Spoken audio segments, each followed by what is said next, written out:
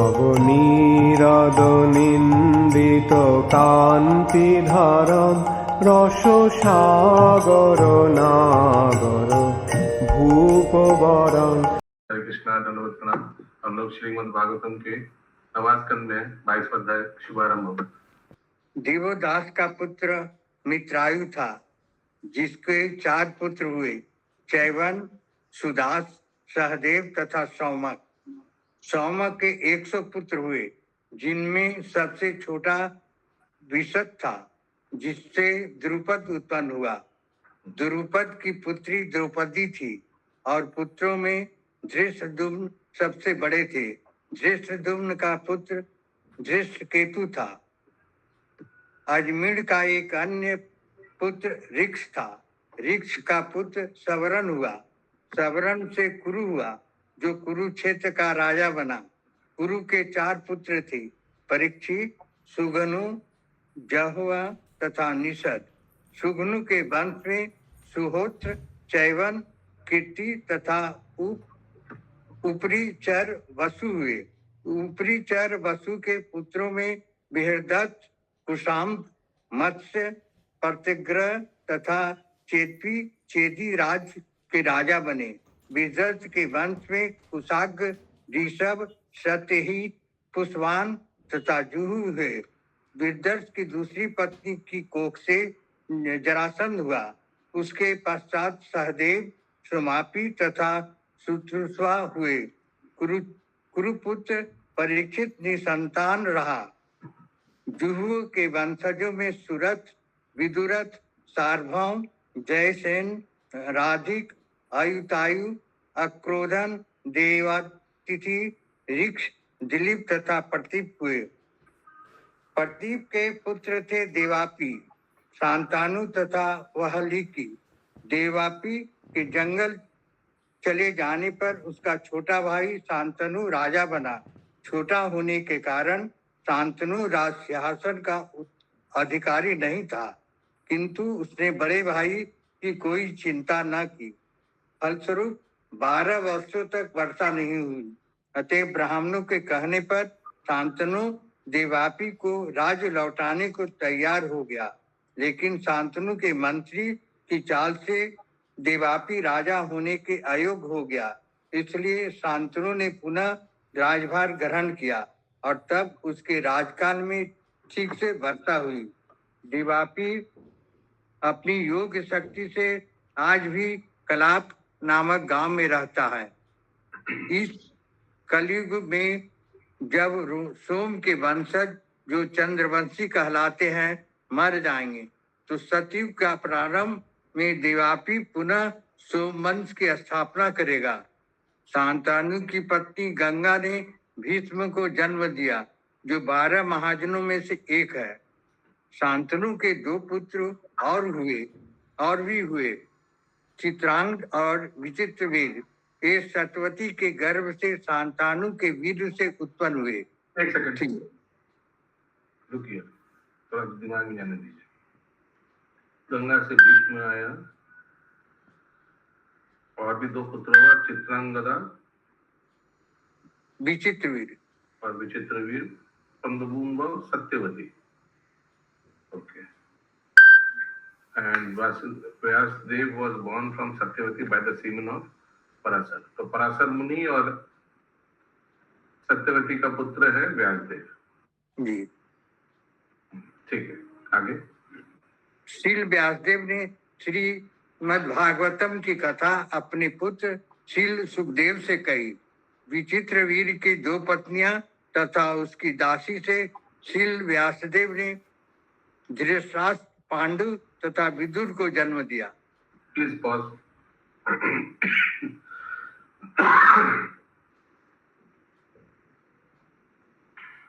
Through the womb of the 2 wives and the maid servant of Vichitraveer, Vyasdev begot Dhritarashtra, Pandu and Vidur. Through the womb of 2 wives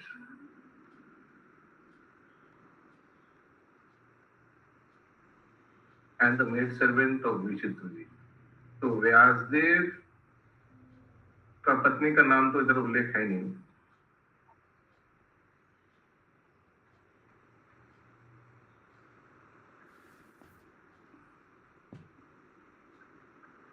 अच्छा, व्यासदेव और विचित्रवीर में क्या संपर्क है?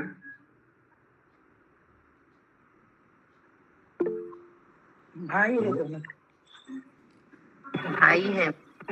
ये दोनों खत्म हो गए थे पहले, उनकी विडो पत्नियों से व्यासदेव जी ने। तो विचित्रवीर और व्यासदेव क्या सगे भाई है या सौतेली भाई है? सौतेले भाई नहीं, सगे भाई हुए। माँ सगी है, पिता दो है। सत्यवती के ही दोनों ही सभी पुत्र हैं। और ये व्यासदेव का पत्नियों का नाम मालूम है आप लोगों को? एक से धृतराष्ट्र हुआ, दो पत्नियों से धृतराष्ट्र, पांडु और दासियों से, दासी का नाम क्या था? आई डोंट नो, उनसे विदुर हुआ। ठीक है, आगे। धृतराष्ट्र को दुर्योधन आदि 100 पुत्र तथा दुशाला नाम की एक कन्या हुई। पांडु के 5 पुत्र थे, जिनमें युधिष्ठिर प्रमुख थे, और इन 5 से द्रौपदी ने एक एक पुत्र उत्पन्न किया। द्रौपदी के 5 पुत्रों के नाम थे प्रतिविंध्य, श्रुतिसेन, श्रुति कीर्ति, शतानिक तथा श्रुत कर्मा। इन 5 पुत्रों के अतिरिक्त पांडवों की अन्य पत्नियां से भी कई पुत्र हुए। अच्छा, ये द्रौपदी का जो 5 पुत्र थे, इनको ही तो हत्या कर दिया गया था ना? हाँ, पंच पांडव समझकर। पांडव का और भी संतानें थे, क्या क्या नाम? यथा देवक, घटोत्कच, सर्वक, सुहोत्र, नरमित्र, इरावन, बर्हुवाहन तथा अभिमन्यु।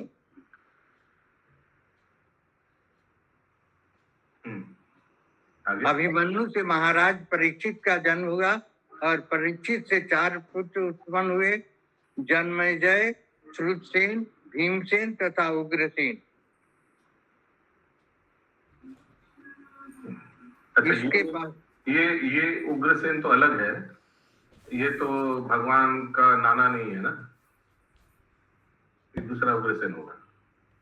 वो नाना तो पहले युग में हो गए थे, ये तो बाद में आए। करेक्ट, आगे। इसके पश्चात श्री सुखदेव स्वामी ने पांडु वंश के भावी पुत्रों का वर्णन किया।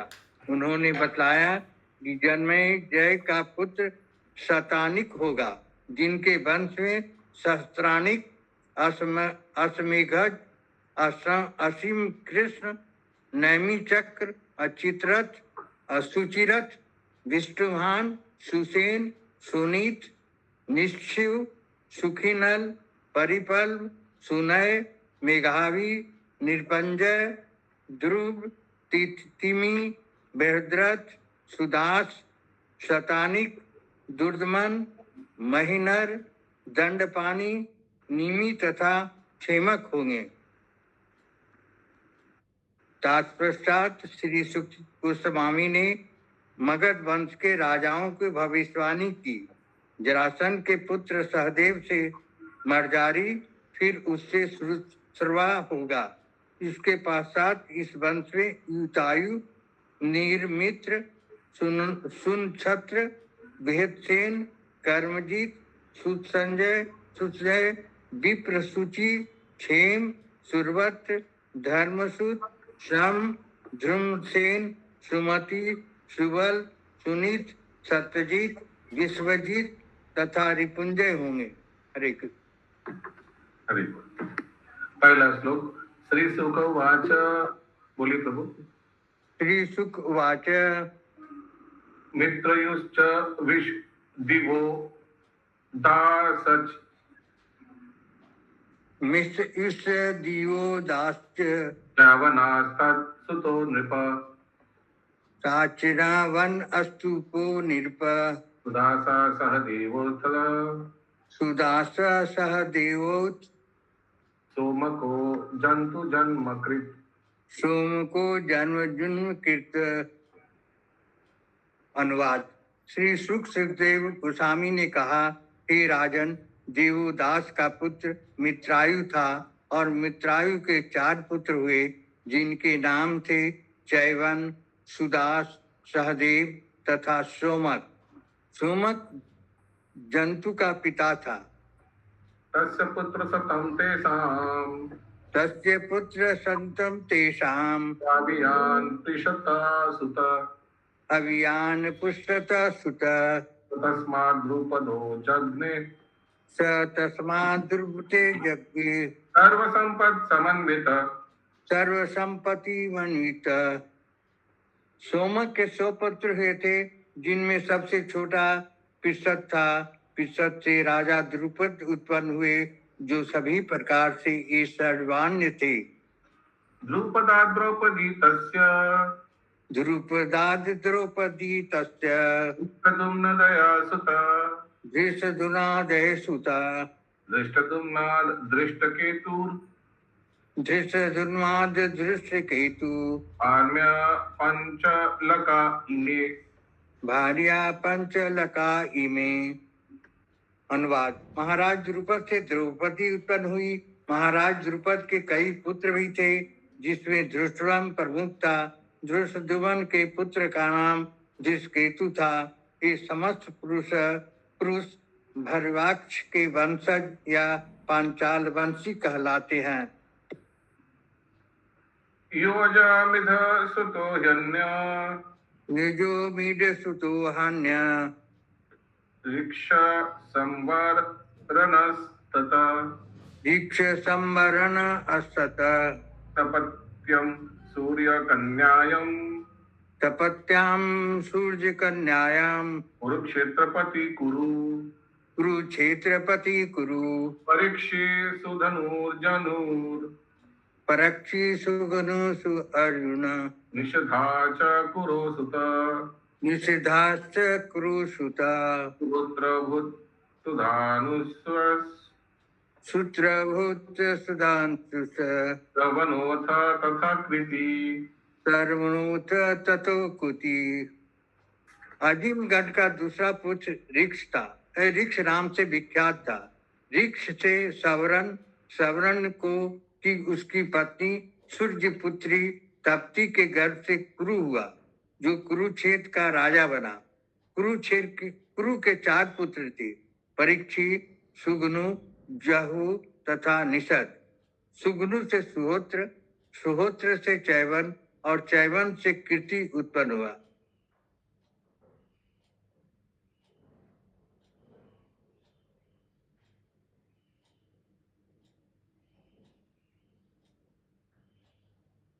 हरे कृष्ण। वसुस्तस्य पुरीचारो वसुतस्य यतिचारो बृहद्रथ मुखस्तथा बृहद्रथ मुखा अस्तत संभामत्स्य प्रत्याग्र कुशामत्स्य प्रत्यग चेदीपाद्यश्च चेदीपा चेदीपादास्य चेदीपा। कुंती का एक कीर्ति का पुत्र उपरीचर वसु था, और उसके पुत्रों में जिनमें विदर्थ प्रमुख था, कुशाम्ब, मत्स्य, प्रत्यग्र तथा चेतवी थे। उपरीचर वसु के समस्त पुत्र चेदी राज के शासक बने। बृहद्रथ कुशाग्र भूत बृहद्र तत्र कुशाग्र ऋषभास्तस्य तत्सुत विश्वास भक्तस्य तत्सुत ये सत्यहितो अपत्यम यज्ञ सत्यहितो अपत्यम पुष्पवान तत्सुतो जगु पुष्पवास सुतो जहु। ओके यस नेक्स्ट इंद्रावती माता जी अनुवाद। प्रीति का पुत्र तो यहाँ से 6 नंबर 7 प्रीति का पुत्र उपरीचर वसु था। अगले वाला 7 नंबर 7 नंबर। बृहत रथ से कुशाग्र उत्पन्न हुआ, और कुशाग्र से ऋषभ, और ऋषभ से सत्यहित, और सत्यहित से पुष्पवान तथा पुष्पवान से जहू उत्पन्न हुआ। अन्यस्यामपि भार्यायां सकले द्वे बृहत् रथात् मात्र बहिर् उत्सृष्टे उत्सिष्टे दधाय च विसन्धिते चर्या चाभिसन्धिते जीवे जीवेति कृदन्त्य जीव जीवेति किरणत्या जरसन्धोऽभवत् सुत जरासंधोभत अवत्सुत। अनुवाद। यह तक की दूसरी पत्नी के गर्भ से 2 आधे आधे खंडों में एक पुत्र उत्पन्न हुआ। जब माता ने इन 2 आधे आधे खंडों को देखा तो उसने इसे फेंक दिया, किंतु इसके पश्चात जरा नाम की एक राक्षसी ने खेल खेल में उन्हें जोड़ते हुए कहा, जीवित हो उठो, जीवित हो उठो।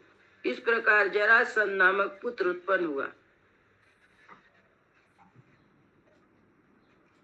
तस्य च सह देवोऽभूत् तस्य च सह देवोऽभूत् सोमपीर्यच्छ्रुतश्रव सोमप्रीच्युतस्सवा परीक्षिरनपत्यभूत् परीक्षित अनपत्यभूत सुरतु नाम जानव। सुरतो नाम जानवा। अनुवाद। जरासंध से सहदेव नाम का पुत्र उत्पन्न हुआ, फिर सहदेव से सोमापी और सोमापी से सुतसवा हुआ। कुरु के पुत्र परीक्षी के कोई पुत्र नहीं था, किंतु कुरु पुत्र जनु के एक पुत्र था जिसका नाम सुरत था। ततो विदुरथस्तस्मात् ततो विरुदतस्तस्मात् सर्वभौम ततो अभवत् सार्वभौम ततो अभवत् जयासेनस्ततनयो जयासेना ततनयो राधिको अतो अयुतव्यभूत् राधिको अतो युतायभूत। अनुवाद। सूरत के विदुरथ नाम का पुत्र उत्पन्न हुआ और विदुरथ से सोमभौम हुआ। सोमभौम से जयसेन, जयसन से राधिक तथा राधिक से आयुतायु आयुतायु उत्पन्न हुआ। ततश्चक्रोधनस्तस्मात् तश्चक्रोधनस्तस्मात् देवतिथिरमुष्यज देवातिथिरमुष्य च ऋक्षस्तस्य दिलीपो अभूत् ऋक्षस्तस्य दिलीपोऽभूत् प्रतिपस्तस्य चात्मज सतीपत्तस्य चात्मज। अनुवाद। आयुतायु का पुत्र अक्रोधन, अक्रोधन का देवातिथि, देवातिथि का ऋक्ष और ऋक्ष का दिलीप, अदिलीप का पुत्र प्रतीप हुआ। देवापि सन्तनुस्तस्य देवापि सन्तनुतस्य बालिका इति चात्मज बालिका इति चात्मजा राज्यं परित्यज्य राज्यं परित्यज्य देवपिस्तु वनं गत देवापितुः वनं गतः भवत् शान्तनु राज अवच्चाशान्तनु राजा तान्महाभीष समन्वित प्रांग महाभीष संगीत यं यं कराभ्यं स्पृशति यम यम कराभ्यम स्मृति किन्नं यौवनामेति स किन्नम यौवनामेति स। अनुवाद। प्रतीप के 3 पुत्र थे, देवापि, शांतनु तथा बालिक। देवापि अपने पिता का राज त्याग कर जंगल चला गया, अतः शांतनु राजा हुआ। शांतनु अपने पूर्व जन्म में महाभीष नाम से विख्यात था। उसमें किसी को भी अपने हाथों के स्पर्श द्वारा बूढ़े से जवान में बदलने की शक्ति थी।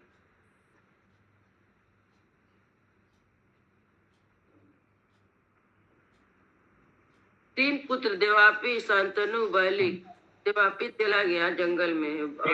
विष्णु का पिता है ना? हाँ प्रभु जी, नहीं ये शांतनु, यही है शांतनु। हाँ अच्छा ठीक है। ये तो दिया हुआ प्रभु जी बूढ़े से जवान में बदल देते, तो जो बूढ़ा था उसको जवान में बदलते, ऐसी तकती थी। पिछले जन्म में महाभीष नाम थे। अच्छा अगला श्लोक। शान्तिनाप्नोति चैवर्ग्यं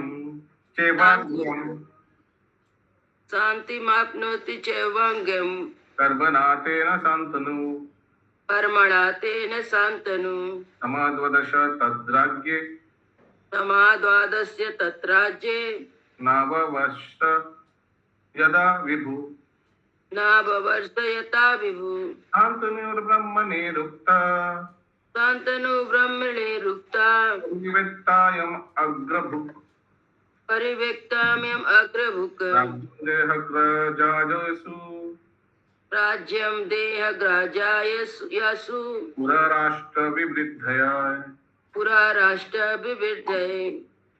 अनुवाद। चूंकि यह राजा अपने हाथ के स्पर्श मात्र से ही सबको इंद्रिय तृप्ति के लिए सुखी बनाने में समर्थ था, इसलिए इसका नाम शांतनु था। एक बार जब राज्य में 12 वर्ष तक वर्षा नहीं हुई तो राजा ने विद्वान ब्राह्मणों से परामर्श किया। उन्होंने कहा, तुम अपने बड़े भाई की संपत्ति भोगने के दोषी हो। तुम अपने राज्य तथा अपने घर की उन्नति के लिए यह राज्य उसे लौटा दो। तात्पर्य, अपने बड़े भाई के होते हुए कोई ना तो राजा बन सकता है और ना अग्निहोत्र यज्ञ संपन्न कर सकता है, अन्यथा वह परिवेत्ता छीनने वाला कहलाता है। ओके, समझ में आया सबको? इसीलिए बारिश नहीं हो रहा था।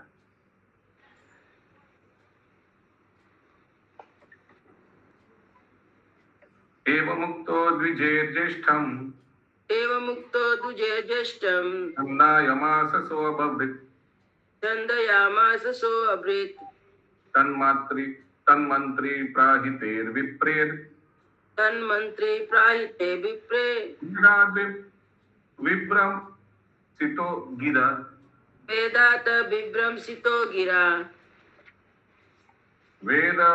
वेदवादति वदान् वै वेदवादी वदान वै तदा देवो ववर्षः देवापि योगम् अस्थाय कलापग्रामम् आश्रित। अनुवाद। जब ब्राह्मणों ने इस प्रकार कहा तो महाराज शांतनु जंगल चला गया और उसने अपने बड़े भाई देवापी से प्रार्थना की कि वह राज का भार ग्रहण करे, क्योंकि प्रजा का पालन करना राजा का धर्म है। किंतु इसके पूर्व शांतनु के मंत्री अश्वार ने कुछ ब्राह्मणों को फुसलाकर देवापी से वेदों के आदेशों का उल्लंघन करने हेतु प्रेरित किया था। तो भी अर्थ नहीं समझ में आया। तो एक तो था वो बड़ा भाई को राज्य लेने के लिए छोटा भाई चला गया जंगल, और बड़ा भाई को लेने के लिए बोला राज्य।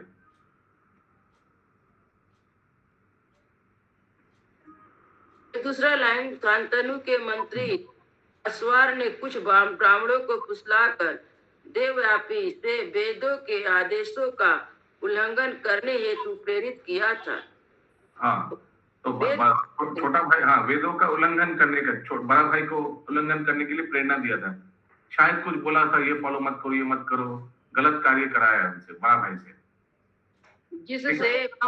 जिससे वह शासक पद के अयोग्य हो गया था। ब्राह्मणों ने देवापी को वैदिक छोटा भाई का, एक सेकंड, छोटा भाई का मंत्री ने बड़ा भाई को वेदों के विरुद्ध कुछ कार्य कराया, तो फिर क्या हो गया? फिर अभी तो फिर बड़ा भाई राजा नहीं बन सकता, छोटा को ही बनना पड़ेगा। आगे, ब्राह्मणों ने देवापी को वैदिक सिद्धांत के मार्ग से विचलित कर दिया था। अतः अब शांतनु ने शासक पद ग्रहण करने हेतु कहा तो उसने मना कर दिया। उल्टे वह वैदिक सिद्धांत की निंदा करने लगा, अतः पतित हो गया। ऐसी परिस्थिति में शांतनु पुनः राजा बन गया और राजा इंद्र ने प्रसन्न होकर वर्षा की। इसके पश्चात देवापी ने अपने मन तथा इंद्रियों का दमन करने हेतु योग मार्ग का अनुसरण किया और वह कलाप ग्राम नामक गांव में चला गया, जहां वह अब भी जीवित है। अब भी जीवित है। शायद वो एक लिस्ट था ना, पुनर्जीव माने वो जिनका आयु क्या नाम था उसका, एक लंबा आयु वाला था ना, कुछ लिस्ट था ना, उसमें हनुमान जी आता है, अश्वत्थामा आता है, दीर्घायु, ऐसे कुछ क्या बोलते हैं? जामवान आते, जामवंत भी आते प्रभु। हाँ, कुछ एक लिस्ट है, लिस्ट ऑफ क्या क्या आएगा लिस्ट में, लिस्ट का नाम क्या होगा? चिरंजीवी, चिरंजीवी, चिरंजीवी का लिस्ट आता है। हाँ, चिरंजीवी। ये कलापा ग्राम तो करने से तो बता पाएगा कहाँ है, मालूम नहीं हमको। अगला श्लोक 18-19। सोमवंशे कलौ नास्ते सोमवंशो कलो नष्टे तदो स्थापयिष्यति तापदो यस्थापितो। बालिकात् सोमदत्तभूत् प्रभु एक बार पढ़िए। बालिकात् सोमदत्तभूत् आयका तो सोम दत्तो भूत भूरिर्भूरिश्रवस्ततः भूरि भूरि श्रवस्तता फलश्च सन्तनोरासीत् जलस्य सन्तनोरासीत् नङ्गयां भीष्म आत्मवान् गंगायां भीष्म आत्मवान् सर्वधर्मविदं श्रेष्ठो सर्वधर्मविदां श्रेष्ठो भागवता कवि। महाभागवता कवि। अनुवाद।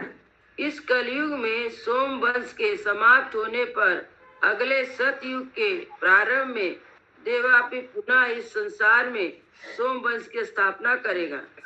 शांतनु के भाई बहलीक से सोमदत्त नामक पुत्र उत्पन्न हुआ, जिसके 3 पुत्र हुए, भूरि, भूरिश्रवा और सल। शांतनु की दूसरी पत्नी गंगा के गर्भ से भीष्मदेव उत्पन्न हुए, जो स्वरूप सिद्ध थे। सभी धार्मिक व्यक्तियों में विशेष महान भक्त एवं विद्वान थे। महाभागवत भी थे, महाजन भी थे, 12 महाजनों में से भीष्म पितामह।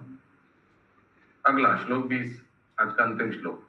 वीर युथाग्रमीर्येण वीरुचाग्रमीणेन रामोऽपि युधितोषित रामोऽपि विदितोषित शन्तनुर्दासकन्यायम् शान्तनो दासकन्यायां यज्ञ चित्रं गदासुता यज्ञे चित्रं गदासुता। अनुवाद। भीष्मदेव समस्त योद्धाओं में सर्वश्रेष्ठ थे। जब उन्होंने भगवान परशुराम को युद्ध में हरा दिया तो परशुराम उनसे अत्यंत संतुष्ट हुए। शांतनु के वीर से मछुआरों की कन्या सत्यवती के गर्भ से चित्रांगद ने जन्म लिया। तात्पर्य। सत्यवती वास्तव में उपरिचर पशु की पुत्री थी, जो मत्स्य गर्भा नामक मछुआरे के गर्भ से उत्पन्न हुई थी। उसके पश्चात सत्यवती का पालन एक मछुआरे ने किया था। एक सेकंड, थोड़ा समझ लेते हैं, एक सेकंड रुको।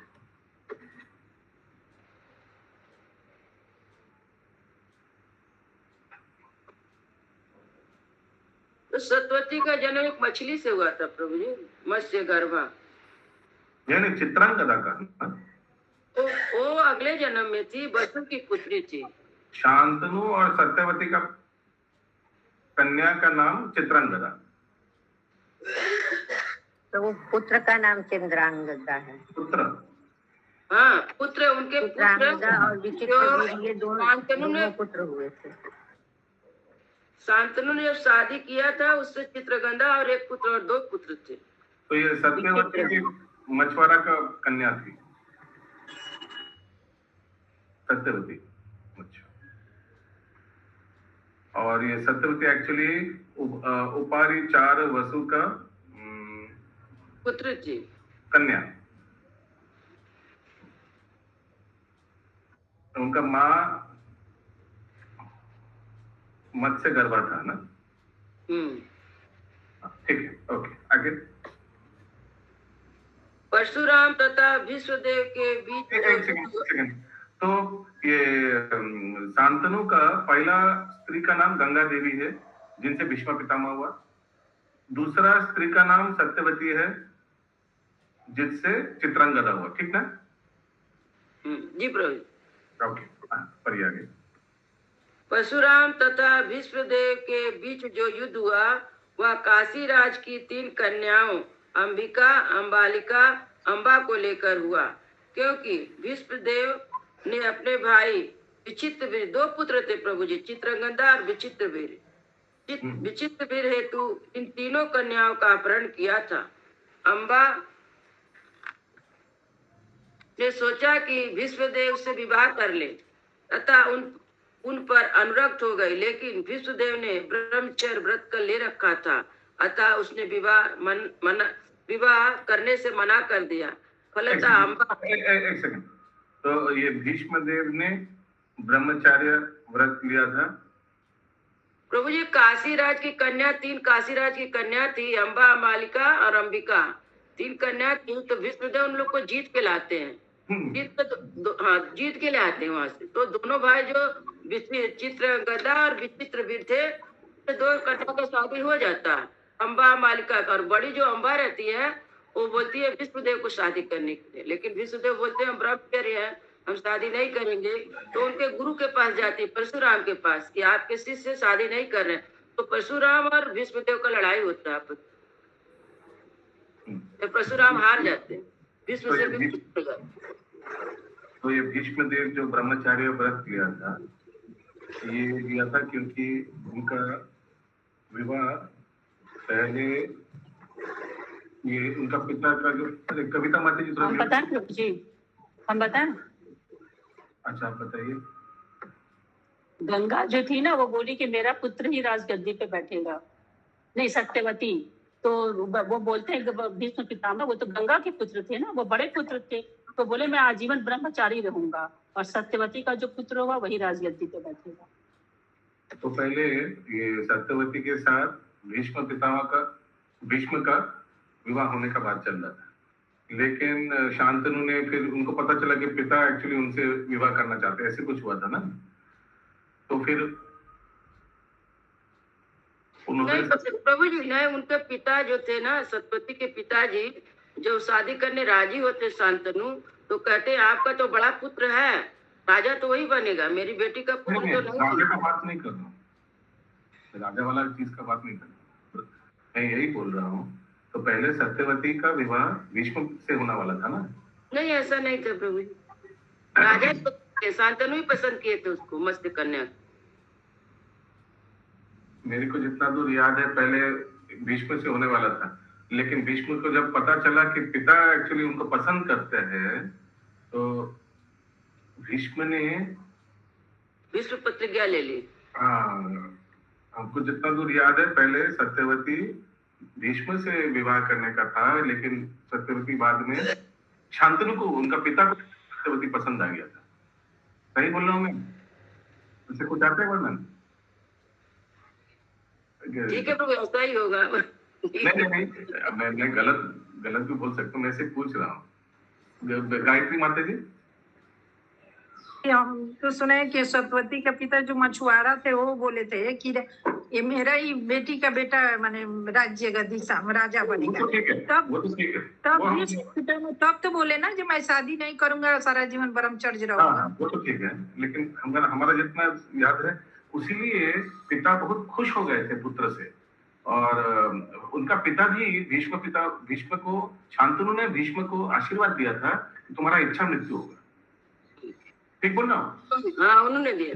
हाँ, क्योंकि पिता बहुत खुश हो गए थे सैक्रिफाइस से, वो राजगद्दी छोड़ दिया। लेकिन प्रभु ये बाद में इच्छा मृत्यु तो बाद में, जब वो ये मतलब बोल दिए ना कि हम विवाह नहीं करेंगे और मतलब आगे राज्य नहीं बढ़ेगा, तब उनको ये दिए हैं वरदान।